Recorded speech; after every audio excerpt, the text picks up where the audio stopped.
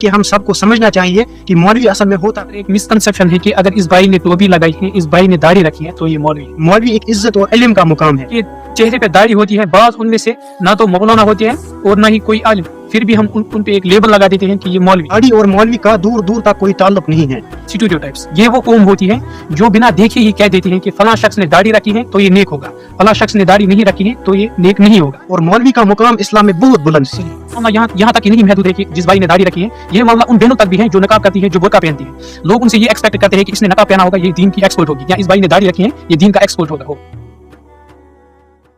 السلام علیکم to all of you.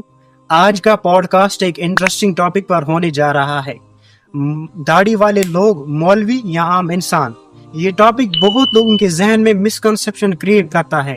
میرے ساتھ میرے دوست اعجاز بھائی ہے اور آج ہم مل کر اس ٹاپک کو مولوی، داڑھی والے لوگ عام انسان ہے یا مولوی، اس ٹاپک کو مل کر آج ہم ڈسکشن کریں گے اور مولوی کا اصل مطلب کیا ہے یہ آپ کو سمجھائیں گے. تو چلیے اس پوڈ کاسٹ کو شروع کرتے ہیں. السلام علیکم اعجاز بھائی. وعلیکم السلام عدنان بھائی. کیا حال ہے اعجاز بھائی؟ الحمدللہ، آپ کیسے ہیں عدنان بھائی؟ جی الحمدللہ. تو اعجاز بھائی جو یہ آج کا ہمارا ٹاپک ہے داڑھی والے لوگ مولوی ہیں یا عام انسان، تو اس ٹاپک کے بارے میں آپ کیا بولنا چاہتے ہو؟ جی عدنان بھائی، میں یہی کہوں گا کہ آج اکثر لوگ یہ دیکھتے ہیں کہ جس نے داڑھی رکھی ہے اسے مولوی کہہ دیتے ہیں. کیا ہم نے اس بات کی کبھی تحقیق کی، اس بات پہ کبھی غور کیا کہ جس نے داڑھی رکھی ہے کیا وہ سچ میں مولوی ہے؟ داڑھی تو عام انسان بھی رکھ سکتا ہے. میں یہاں پہ اس بات پہ مطمئن نہیں ہوں کہ ہر داڑھی رکھنے والا مولوی ہے. پہلی بات اعجاز بھائی یہ کہ ہم سب کو سمجھنا چاہیے کہ مولوی اصل میں ہوتا کون ہے. مولوی ایک عزت اور علم کا مقام ہے.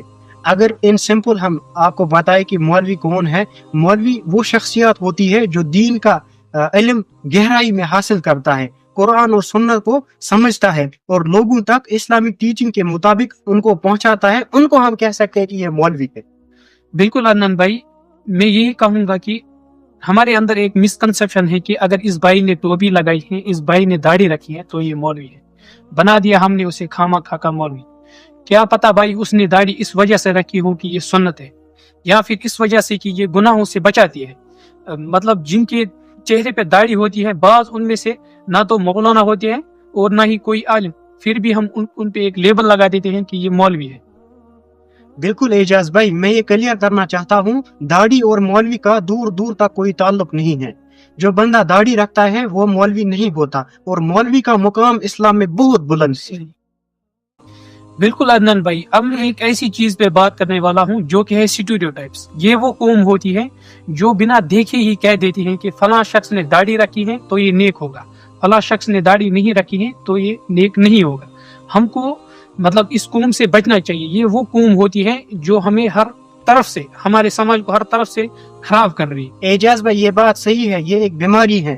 لوگ داڑھی والوں کو دیکھتے ہی انہیں جج کرنا شروع کرتے ہیں کہ ان سے ایکسپیکٹیشنز رکھتے ہیں کہ یہ ہرگز غلطی نہیں کر سکتے، حالانکہ وہ بھی ہماری طرف ایک عام انسان لوگ ہوتے ہیں.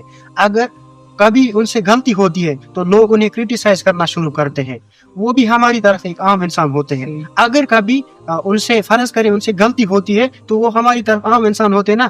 حدیث میں آیا ہے کہ حضور صلی اللہ علیہ وسلم فرماتے ہیں بہترین گناہ گار وہ ہے جو گناہ کرنے کے بعد توبہ کرے. آپ حدیثوں کے لفظوں پر غور کریں. ایک تو ہوتا ہے گناہ گار، دوسرا ہوتا ہے بہترین گناہ گار. حضور صلی اللہ علیہ وسلم فرما رہے ہیں کہ بہترین گناہ گار وہ ہے جو گناہ کرنے کے بعد توبہ کرے. جی عدنان بھائی، آپ نے صحیح کہا. یہ معاملہ یہاں تک ہی نہیں محدود ہے کہ جس بھائی نے داڑھی رکھی ہے، یہ معاملہ ان بہنوں تک بھی ہے جو نقاب کرتی ہے، جو برقع پہنتی ہے.